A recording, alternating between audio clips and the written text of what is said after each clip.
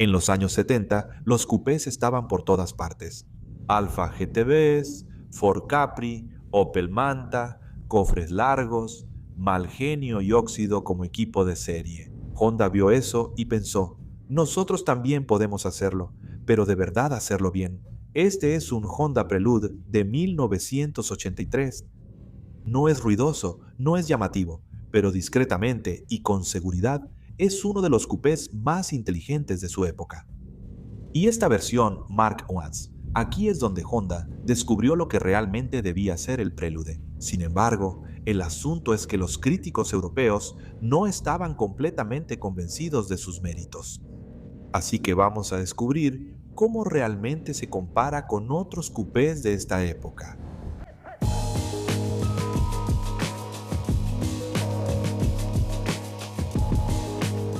Honda ya había incursionado en el mercado de los coupés con el Prelude original en 1978.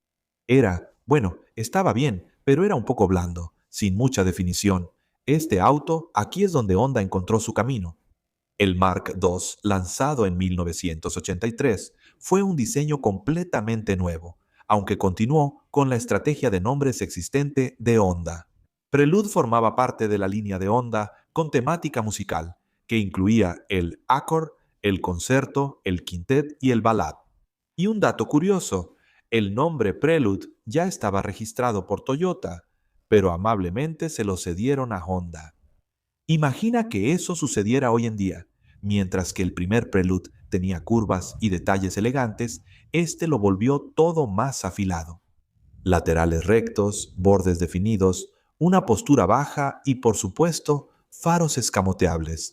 Porque en 1983 así era como le decías a la gente que tu auto era deportivo. No es llamativo como un Alfa, no es macho como un Capri, pero incluso hoy en día todavía se ve moderno. Esto era Honda diciendo discretamente, no necesitamos drama, lo nuestro es la ingeniería. Debajo del cofre, Honda hizo lo que siempre hace, lo pensó todo de más, en el mejor sentido posible. Este tiene el motor de 1.8 litros que produce 105 caballos de fuerza. Quizá no sea mucho según los estándares actuales, pero este solo pesa 1050 kilos. Además, usa carburadores dobles y una ingeniosa tecnología de 3 válvulas, lo que ayuda con la combustión. Y lo más importante, este motor fue diseñado específicamente para el Prelude, lo que permitió ese frente bajo y elegante. De hecho, cuando más tarde introdujeron el motor de 2 litros, tuvieron que modificar el cofre para que cupiera el motor más alto. En Europa también podías optar por la versión de 2 litros y 16 válvulas con 137 caballos de fuerza. Pero los realmente geniales eran los autos del mercado interno japonés, que tenían hasta 160 caballos de fuerza. Supongo que eso se debe a las diferentes regulaciones de emisiones para esos dos mercados. La configuración del chasis te dice exactamente cuáles eran las prioridades de Honda. Doble horquilla en la parte delantera, puntales en la trasera y frenos de disco en las 4 ruedas. Este auto incluso tiene el ABS opcional en 1983. Aquí no hay ninguna innovación descabellada ni trucos, solo mucha ingeniería, muy buena y muy necesaria, todo funcionando en armonía. Y eso es lo que tiene este Prelude. Todo se siente más avanzado de lo que sugerirían las piezas individuales. El Prelude nunca estuvo pensado para ser un coupé impulsivo. No tenía barra de refuerzo, no había maniobras heroicas de derrape, no se suponía que superara al Alfa GTB ni al Capri. En cambio, Honda apostó por la sofisticación, la tecnología y la facilidad de uso. A lo largo de 5 generaciones, el Prelude se convertiría en una vitrina para cosas como ABS, inyección de combustible, dirección en las 4 ruedas y eventualmente VTEC. Algunos probadores de autos decían que el Prelude carecía de chispa, que no tenía el romance del GTB ni la actitud del Capri. Vamos a descubrir si el Prelude realmente es demasiado sensato para su propio bien o si Honda descifró la fórmula del coupé mucho antes de que alguien más se diera cuenta. Bien, solo tengo que mencionar un par de pequeñas idiosincrasias en esta cabina porque es muy típico de un Honda japonés de esa época, lo cual vale la pena saber. Ahora, lo primero que he estado muriendo por mostrarte es esto. Ahora, ahí hay una pequeña pantalla extraña con cuatro cajitas y una de ellas tiene un cuadrito naranja y es para ajustar la columna de dirección. Así que eso es ajustable y lo que haces es muy inusual. Presionas la palanca aquí y luego, al moverla hacia arriba y hacia abajo, el cuadrito naranja se mueve de una caja a la siguiente. Y si lo pones, digamos, justo en la parte superior, luego encaja en su lugar cuando lo subes. Es un sistema bastante difícil de entender al principio. En realidad, funciona muy bien. Ya sabes, entras, digamos, uno hacia abajo y luego vas y encaja en su lugar. Quiero decir, funciona muy bien, pero no es intuitivo de aprender al principio. Luego tienes aquí una pequeña y encantadora charola que simplemente está etiquetada como moneda. Y estos controles simplemente me encantan. Quiero decir, solo compara esto con lo que Ford o Alfa o cualquier otro usaba en ese entonces. Esto es de mucha mejor calidad. Y finalmente, estos controles de calefacción que son solo pequeños botones para todas las diferentes funciones. Y de nuevo, hacen clic con una precisión muy agradable y todo eso. Pero vamos a empezar. Te hablaré más sobre el interior mientras avanzamos.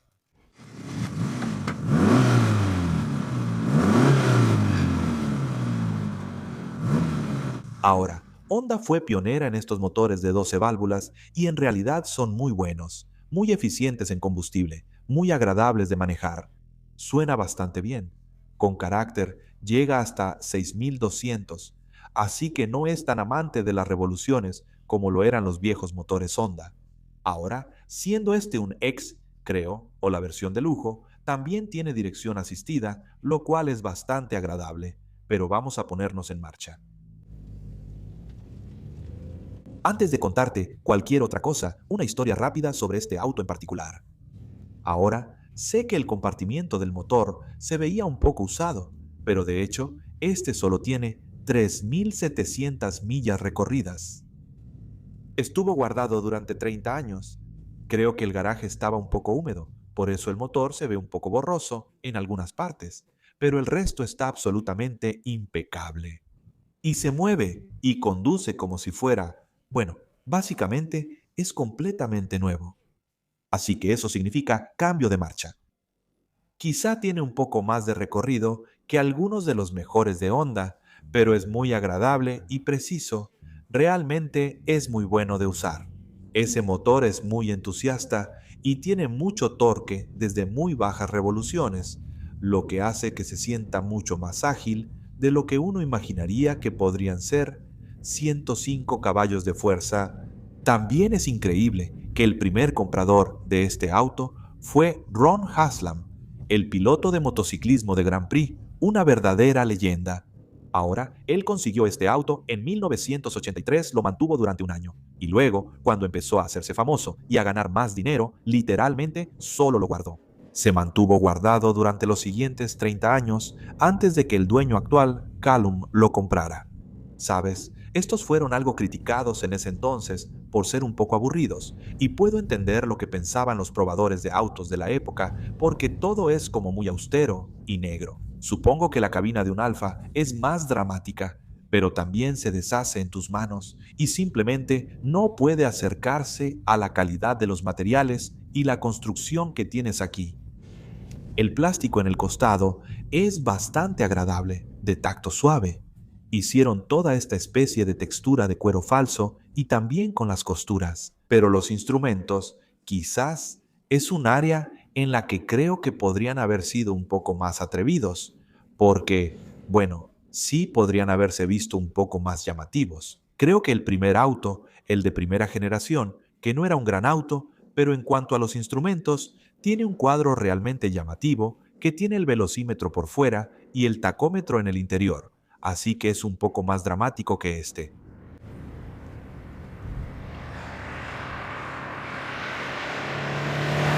Ya nos estamos acercando al cruce, que es justo la parte a la que más ganas le tenía. Estos motores Honda son simplemente encantadores. Vamos a ver cómo va. La direccional está del lado derecho, que es una peculiaridad de los autos japoneses, creo, al menos hasta hace muy poco.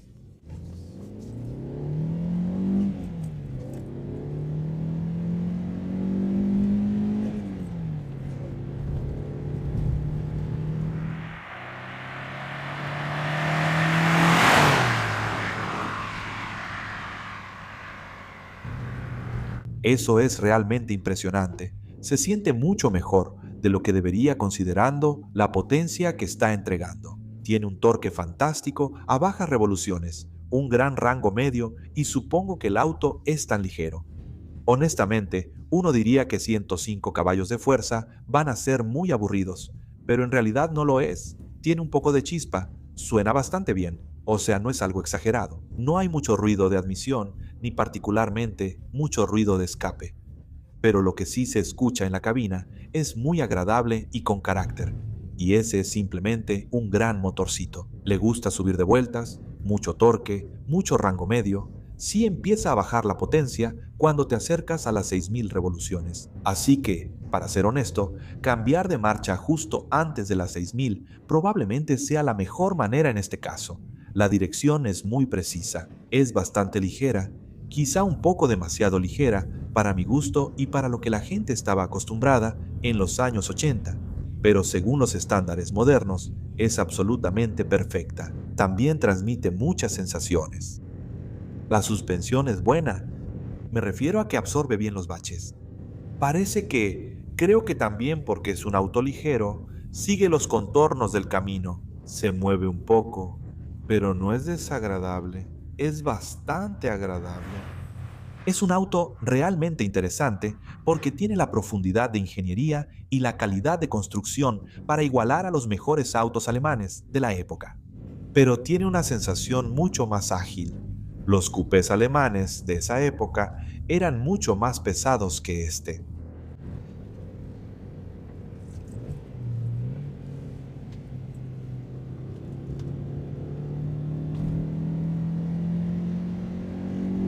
Bonita curva mojada y resistió bastante bien el subiraje. Ahora, cuando vi por primera vez las llantas en este auto, pensé que literalmente tenía llantas para nieve. Así es como se ven, pero en realidad son réplicas correctas de época de Pirelli de ese tiempo. Estas son las llantas que habría tenido, y para ser justos, parecen funcionar bastante bien. Tienen hombros bastante altos, así que la precisión de la dirección no es su fuerte. Pero aún así, ¿verdad? Vamos a pasar por las marchas otra vez. Algo que en algunos autos no me emociona particularmente, pero en este pequeñito, el motor está tan dispuesto a trabajar contigo que es agradable. Vamos.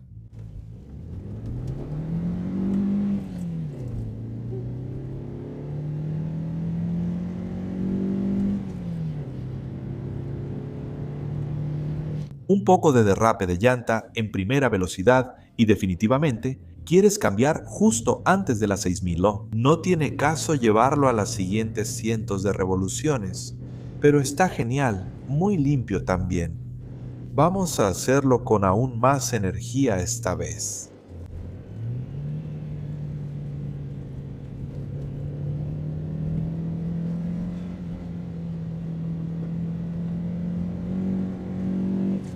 Realmente impresionante. Quiero decir, existen las limitaciones del chasis de tracción delantera. Al final va a subirar, así que quizás si exploras el desempeño de algo como un GTB, hay un poco más de profundidad ahí en cuanto al manejo puro.